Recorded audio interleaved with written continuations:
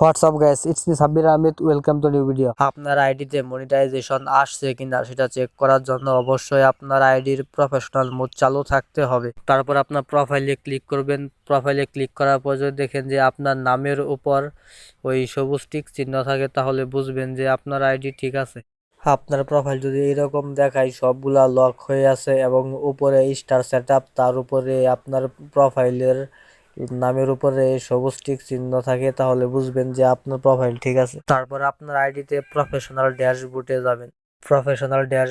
যাবেন। তারপরে মনিটাইজেশন অপশনে যাবেন। তারপর যদি দেখেন আপনার পেজে বা আইডিতে এরকম দেখাচ্ছে, তাহলে ভাববেন আপনার প্রোফাইল ঠিক আছে।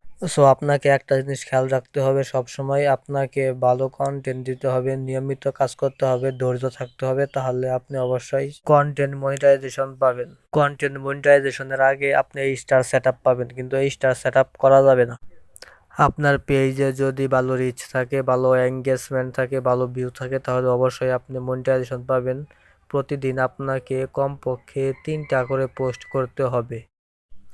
আপনাকে যে কোনো এক টপিকে কাজ করতে হবে। আজকে এক টপিকে কাজ করলেন, কালকে এক টপিকে কাজ করলেন, এভাবে কাজ করলে হবে না। আপনাকে যে কোনো এক টপিকে কাজ করতে হবে।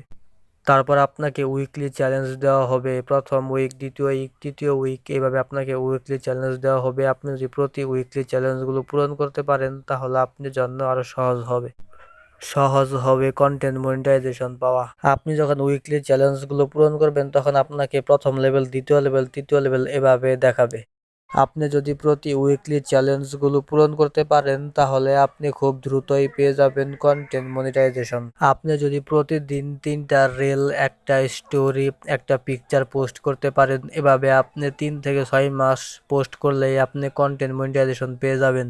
যেই পর্যন্ত আপনার পেজে বা আইডিতে মনিটাইজেশন পাবেন না, ওই পর্যন্ত আপনি ব্যাকগ্রাউন্ড মিউজিক ব্যবহার করবেন না। ব্যাকগ্রাউন্ড মিউজিক ব্যবহার করলে অনেক সময় মনিটাইজেশনের সমস্যা হয়। ফেসবুকে মনিটাইজেশনের আগে এবং মনিটাইজেশনের পরের গল্পটা হচ্ছে ভিন্ন। তার জন্য মনিটাইজেশনের আগে ব্যাকগ্রাউন্ড মিউজিক না ব্যবহার করাটাই ভালো। সব ধরনের টিপস অ্যান্ড ট্রিক্স ভিডিও পেতে আমার চ্যানেলটি সাবস্ক্রাইব করে রাখুন।